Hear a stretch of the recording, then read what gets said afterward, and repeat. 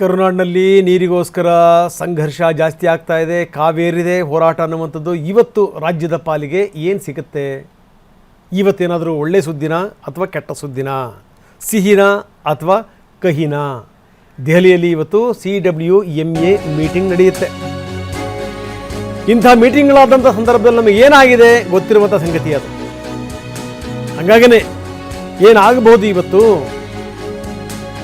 ಕಾವೇರಿ ನೀರು ನಿರ್ವಹಣಾ ಪ್ರಾಧಿಕಾರ ಇವತ್ತು ತುರ್ತು ಸಭೆಯನ್ನು ಕರೆದಿದೆ.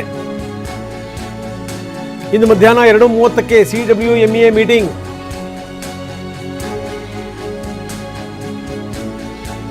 ತಮಿಳುನಾಡಿಗೆ ನೀರು ಬಿಡಲಿಕ್ಕೆ ಒಪ್ತಾರ, ತಿರಸ್ಕರಿಸ್ತಾರ? CWMAಗೆ ಮೇಲ್ಮನವಿ ಸಲ್ಲಿಸಲಿಕ್ಕೆ ರಾಜ್ಯ ಸರ್ಕಾರ ನಿರ್ಧಾರ ಮಾಡಿದ್ದು. ಪ್ರಬಲ ವಾದಕ್ಕೆ CM DK ಶಿವಕುಮಾರ್ ಸೂಚನೆ ಕೊಟ್ಟಿದ್ದಾರೆ. ಯಾವುದೇ ಕಾರಣಕ್ಕೂ ನಾವು ಹಿಂದೆ ಬೀಳೋದು ಬೇಡ, ಹೀಗಾಗಿ ಸರಿಯಾದ ರೀತಿಯಲ್ಲಿ ವಾದವನ್ನು ಮಂಡಿಸಿ. ಅದೇನಾಗಿರುತ್ತೋ ನಮಗೆ ಗೊತ್ತಿಲ್ಲ. ಒಳ್ಳೊಳ್ಳೆ ಲಾಯರ್ಗಳಿರ್ತಾರೆ, ಒಳ್ಳೊಳ್ಳೆ ರೀತಿಯಲ್ಲೇ ನಾವು ವಾದವನ್ನು ಮಂಡಿಸ್ತೀವಿ. ಆದರೆ ಕೊನೆಗೆ ಕರ್ನಾಟಕಕ್ಕೆ ಆಗುವಂಥದ್ದು ಅನ್ಯಾಯ, ದೊಡ್ಡ ಅನ್ಯಾಯ. ಈ ಬಾರಿನೂ ಕೂಡ ಅದೇ ಆಗುತ್ತಾ? ಬರ ಎಳಿತಾ ಇದೆ, ನಮಗೆ ಬರ ಎಳಿತಾ ಇದೆ ಬರ. ಇಂಥ ಸಂದರ್ಭದಲ್ಲಿ ನಾವು ನೀರು ಬಿಡಬೇಕು. ನಮಗೆ ಕುಡಿಯೋಕೆ ನೀರಿರುತ್ತೋ ಇಲ್ವೋ ಗೊತ್ತಿಲ್ಲ, ಇವರಿಗೆ ಮಾತ್ರ ನೀರು ಬಿಡಲೇಬೇಕು.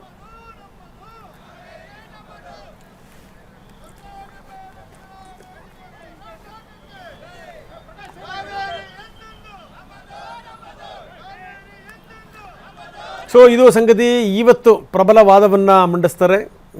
DK ಶಿವಕುಮಾರ್ ಇದಕ್ಕೆ ಸಂಬಂಧಪಟ್ಟಂಗೆ ಹೇಳಿದ್ದಾರೆ. CM DK ಶಿವಕುಮಾರ್ ಪ್ರಬಲವಾದಂಥ ವಾದವನ್ನು ಮಂಡಿಸಿ, ಅಂಕಿ ಅಂಶಗಳ ಸಮೇತ ವಾದವನ್ನು ಮಂಡಿಸಿ ಅಂತ ಕರ್ನಾಟಕ, ತಮಿಳುನಾಡು ಮತ್ತು ಪಾಂಡಿಚೇರಿ ಸದಸ್ಯರು ಭಾಗಿಯಾಗ್ತಾರೆ. ಕರ್ನಾಟಕ ಬಂದ್ ಮಾಡ್ತೀವಿ ಅಂತ ಕನ್ನಡ ಪರ ಸಂಘಟನೆಯವರು ಘೋಷಣೆ ಮಾಡಿರೋದು, ರೈತರು ಘೋಷಣೆ ಮಾಡಿರೋದು. ಇದಕ್ಕೆ ಸಂಬಂಧಪಟ್ಟಂಗೆ ನಾಳೆ ಬೆಳಗ್ಗೆ 11 ಗಂಟೆಗೆ ಸಭೆಯನ್ನು ಕೂಡ ಮಾಡಲಾಗುತ್ತೆ. ಯಾವಾಗ ಬಂದ್ ಮಾಡಬೇಕು, ಏನು ಎತ್ತ, ಅದಕ್ಕೆ ತೀರ್ಮಾನಕ್ಕೆ ಬರ್ತಾರೆ. ಹಿರಿಯ ನಾಯಕ ವಾಟಾಳ್ ನಾಗರಾಜ್ ನೇತೃತ್ವದಲ್ಲಿ ಸಂಘಟನೆಗಳ ಸಭೆ ನಡೆಯುತ್ತೆ. ಕಾವೇರಿ ನೀರು ನಿಯಂತ್ರಣ ಸಮಿತಿಯ ವಿರುದ್ಧ, ಅದರ ನಿಲುವಿನ ವಿರುದ್ಧ ಖಂಡನೆ ವ್ಯಕ್ತವಾಗಿದೆ.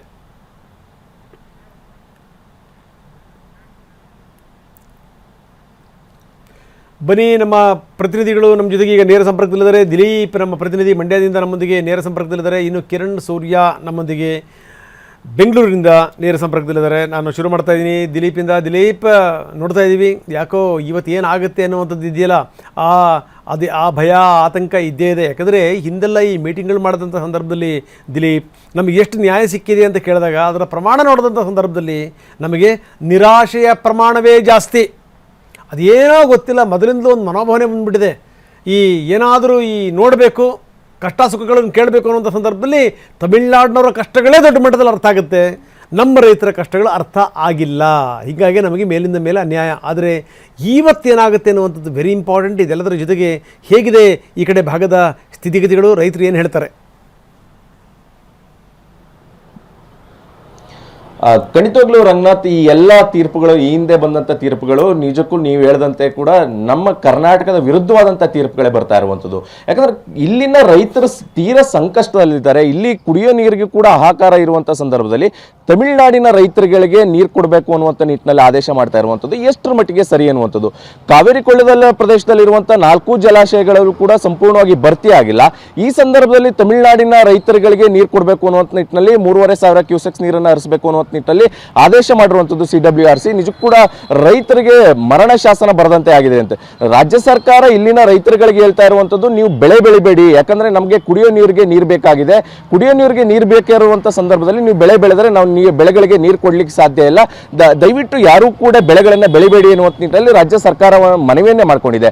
ಆದರೆ ಈ ಒಂದು CWRC ಒಂದು ಆದೇಶವನ್ನ ಮಾಡಿರುವಂಥದ್ದು ತಮಿಳುನಾಡಿನ ಬೆಳೆಗಳಿಗೆ ನೀರು ಕೊಡಿ ಎನ್ನುವಂಥ ನಿಟ್ಟಿನಲ್ಲಿ ಇಲ್ಲಿ 3,500 ಕ್ಯೂಸೆಕ್ಸ್ ನೀರನ್ನ ಬಿಟ್ಟರೂ ಕೂಡ ಎಷ್ಟು ದೊಡ್ಡ ಮಟ್ಟದ ಹೊಡೆತ ಬೀಳುತ್ತೆ ಅನ್ನುವಂಥದ್ದು ನಿಜಕ್ಕೂ ಕೂಡ ಒಂದು ರೀತಿಯಲ್ಲಿ ಆಘಾತಕಾರಿ. ಯಾಕಂದ್ರೆ 3,500 ಕ್ಯೂಸೆಕ್ಸ್ ಇಲ್ಲಿ ಜಲಾಶಯದಿಂದ ಬಿಟ್ಟರು ಕೂಡ ಬಿಳಿಗುಂಡ್ಲು ಮಾಪನದಲ್ಲಿ ಅಷ್ಟು ಪ್ರಮಾಣದಲ್ಲಿ ನೀರು ತಲುಪಲಿಕ್ಕೆ ಸಾಧ್ಯ ಇಲ್ಲ. ಈ ಕಾರಣದಿಂದಾಗಿ 3,500 ಜಾಗದಲ್ಲಿ ಸುಮಾರು 6,000 ಕ್ಯೂಸೆಕ್ಸ್ ನಷ್ಟು ನೀರು ಬಿಡಬೇಕಾದಂತ ಅನಿವಾರ್ಯತೆ ಇದೆ. ಯಾಕಂದ್ರೆ ಅಲ್ಲಿ ಮಾಪನದಲ್ಲಿ ದಾಖಲಾಗಬೇಕು ಅಂತಂದ್ರೆ 6,000 ಕ್ಯೂಸೆಕ್ಸ್ ನೀರು ಕೊಡ್ಲೇಬೇಕಾದಂತ ಪರಿಸ್ಥಿತಿ ಆಗ್ಬಿಡುತ್ತೆ. ಈ ಎಲ್ಲ ಒಂದು ಪರಿಸ್ಥಿತಿಯನ್ನ ನೋಡ್ತಾ ಹೋದ್ರೆ ನಮ್ಮ 4 ಜಲಾಶಯದಲ್ಲಿ ಬಳಕೆಗೆ ಲಭ್ಯ ಇರುವಂತದ್ದು ಕೇವಲ 40 TMC ನೀರು ಮಾತ್ರ.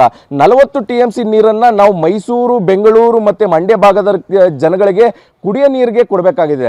ಈ ಒಂದು ಸಂದರ್ಭದಲ್ಲಿ ಕುಡಿಯೋ ನೀರಿಗೆ ಬಳಕೆ ಮಾಡಲಿಕ್ಕೆ ಬಿಟ್ಟು ಈಗ ತಮಿಳುನಾಡಿಗೆ ಬೆಳೆಗಳಿಗೆ ಕೊಡ್ತಾ ಇರುವಂತದ್ದು ಎಷ್ಟು ಮಟ್ಟಿಗೆ ಸರಿ ಎನ್ನುವಂತ ನಿಟ್ಟಿನಲ್ಲಿ ರೈತರ ಆಕ್ರೋಶ ಆಗಿರುವಂತದ್ದು.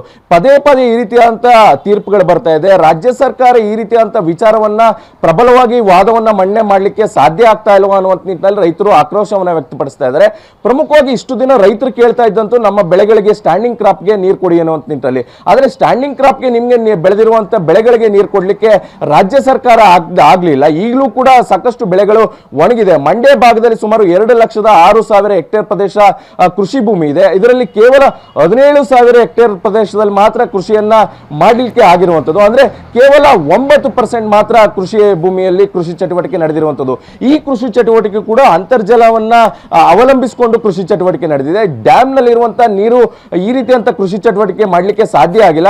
ಇಂಥ ತೀರ ಕೆಟ್ಟ ಪರಿಸ್ಥಿತಿ ಇದೆ. ಇಂಥ ಸಂದರ್ಭದಲ್ಲಿ ತಮಿಳುನಾಡಿನ ರೈತರುಗಳಿಗೆ ನೀರು ಕೊಡುತ್ತಾ ಇರುವಂತದ್ದು ಎಷ್ಟು ಮಟ್ಟಿಗೆ ಸರಿ ಎನ್ನುವಂಥದ್ದು ಇಲ್ಲಿ ಪ್ರಮುಖವಾದಂತ ವಿಚಾರ ಅಂತಂದ್ರೆ ಮಾನವೀಯತೆಯ ದೃಷ್ಟಿಯಿಂದ ನೋಡಿದ್ರು ಕೂಡ ತಮಿಳುನಾಡಿನ ರೈತರು ರಾಜ್ಯದ ರೈತರು ಬೇರೆ ಬೇರೆ ಆಗೋದ್ರ ಇಲ್ಲಿನ ರೈತರಿಗೆ ನೀರು ಕೊಡ್ಲಿಕ್ಕೆ ಸಾಧ್ಯ ಇಲ್ಲ ಅಂತ ರಾಜ್ಯ ಸರ್ಕಾರ ಹೇಳ್ಬಿಟ್ಟು ತಮಿಳುನಾಡಿನ ರೈತರಿಗೆ ನೀರು ಕೊಡ್ಲಿಕ್ಕೆ ಮುಂದಾಗ್ತಾ ಇರುವಂತದ್ದು ಎಷ್ಟು ಮಟ್ಟಿಗೆ ಸರಿ, ಈ ರೀತಿಯಂತ ಆದೇಶ ಎಷ್ಟು ಮಟ್ಟಿಗೆ ಸರಿ ಎನ್ನುವಂಥದ್ದು ಸಹಜವಾದಂತ ಪ್ರಶ್ನೆ ಇರುವಂತದ್ದು. ಯಾಕಂದ್ರೆ ನಮಗೆ ಕುಡಿಯೋ ನೀರಿಗೆ ಸಾಕಷ್ಟು ಸಮಸ್ಯೆ ಇದೆ. ಬೆಂಗಳೂರಿನ ಜನಸಂಖ್ಯೆ ದಿನೇ ದಿನೇ ಹೆಚ್ಚಾಗ್ತಾ ಹೋಗ್ತಾ ಇದೆ.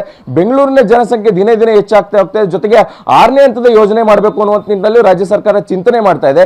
ಇಂಥ ಸಂದರ್ಭದಲ್ಲಿ ತಮಿಳುನಾಡಿಗೆ ನೀರನ್ನ ಪ್ರತಿ ಬಾರಿ ಈ ತರ ಕೊಟ್ಕೊಂಡು ಹೋದ್ರೆ ನಿಜಕ್ಕೂ ಕೂಡ ನಮ್ಮ ರಾಜ್ಯದ ರೈತರಿಗೆ ಎಷ್ಟು ಅನ್ಯಾಯ ಆಗ್ತಾ ಇದೆ ಅಂತದ್ದು ಬಹಳ ಸ್ಪಷ್ಟವಾಗಿ ಕಾಣ್ತಾ ಇದೆ. ಈ ಕಾರಣದಿಂದಾಗಿ ಮೊನ್ನೆಯಿಂದನೂ ಕೂಡ ರೈತರ ಹೋರಾಟ ಜಾಸ್ತಿ ಆಗ್ತಾ ಇದೆ. ಕನ್ನಡ ಪರ ಸಂಘಟನೆಗಳ ಹೋರಾಟಗಳು ಕೂಡ ಜಾಸ್ತಿ ಆಗ್ತಾ ಇದೆ. ಒಂದು ವೇಳೆ CWMA ಇದೇ ರೀತಿಯಂತ ವ್ಯತಿರಿಕ್ತವಾದಂತಹ ತೀರ್ಪನ್ನ ಕೊಟ್ಟರೆ ನಿಜಕ್ಕೂ ಕೂಡ ಈ ಹೋರಾಟದ ಕಿಚ್ಚು ಮತ್ತಷ್ಟು ಹೆಚ್ಚಾಗುವ ಸಾಧ್ಯತೆ ಇರುವಂತದ್ದು. ರಂಗನಾಥ್, ನೋಡೋಣ ಈ CWMA ಮೀಟಿಂಗ್ ಇವತ್ತು ಏನಾಗುತ್ತೆ ಅಂತ ನೋಡೋಣ. ಆದರೆ ಒಂದು ಸಂಗತಿನ ನಾವು ಗಮನ ಇಟ್ಕೊಂಡು ಮಾತಾಡಬೇಕು. ನೀವು ಹಾಗೆ ಸಂಪರ್ಕದಲ್ಲಿರಿ, ದಿಲೀಪ್ ನಿಮ್ಮ ಜೊತೆ ಮಾತಾಡ್ತೀನಿ.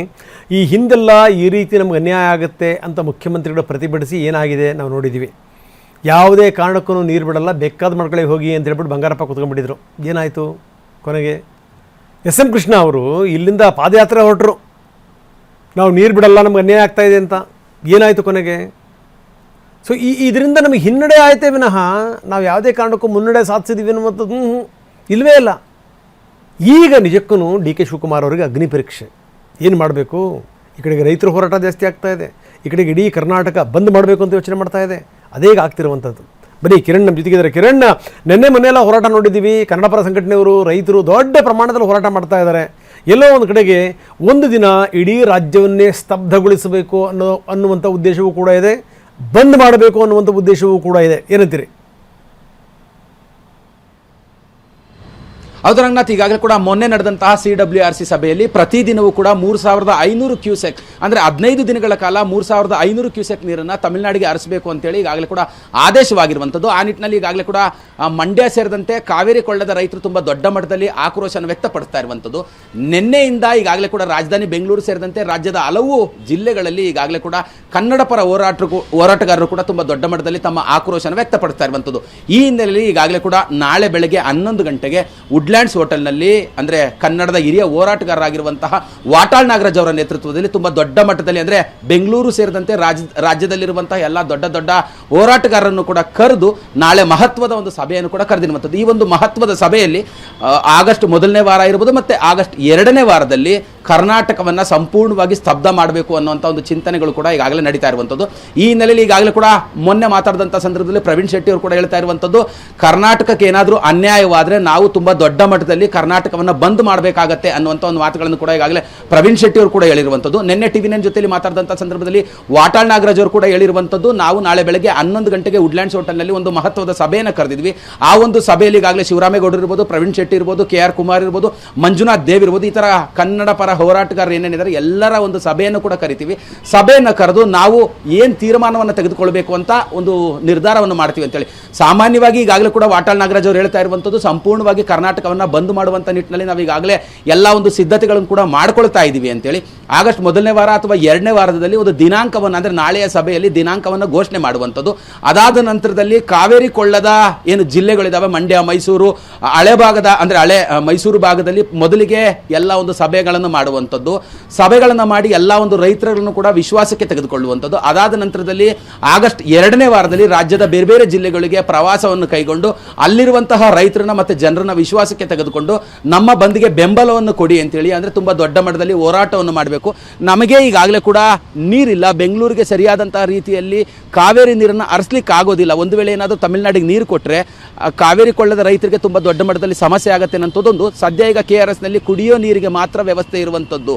ಆ ಹಿನ್ನೆಲೆಯಲ್ಲಿ ಈಗಾಗಲೇ ಕೂಡ ನಾವೇನಾದರೂ ತಮಿಳುನಾಡಿಗೆ ನೀರು ಹರಿಸಿದಂತ ಆದರೆ ತುಂಬ ದೊಡ್ಡ ಮಟ್ಟದಲ್ಲಿ ಸಮಸ್ಯೆ ಆಗುತ್ತೆ. ಹಾಗಾಗಿ CWRC ವಿರುದ್ಧವಾಗಿ ಮತ್ತೆ ಕೇಂದ್ರ ಸರ್ಕಾರ ಇರ್ಬೋದು, ರಾಜ್ಯ ಸರ್ಕಾರ ಇರ್ಬೋದು, ಈ ವಿಚಾರದಲ್ಲಿ ತುಂಬಾ ದೊಡ್ಡ ಮಟ್ಟದಲ್ಲಿ ರಾಜ್ಯದ ಪರ ವಹಿಸಬೇಕು ಅನ್ನೋಂಥ ನಿಟ್ಟಿನಲ್ಲಿ ಬಂದ್ಗೆ ಸಿದ್ಧತೆಯನ್ನು ಕೂಡ ಮಾಡ್ಕೊಳ್ತಾ ಇರುವಂಥದ್ದು. ನಾಳಿನ ಸಭೆಯಲ್ಲಿ ಬಂದ್ ದಿನಾಂಕ ಘೋಷಣೆ ಆಗುವಂತ ಎಲ್ಲಾ ಸಾಧ್ಯತೆಗಳು ಕೂಡ ಇರುವಂಥದ್ದು. ರಂಗನಾಥ್, ಓಕೆ, ಧನ್ಯವಾದ ತಮ್ಮೆಲ್ಲ ಮಾಹಿತಿಗೆ.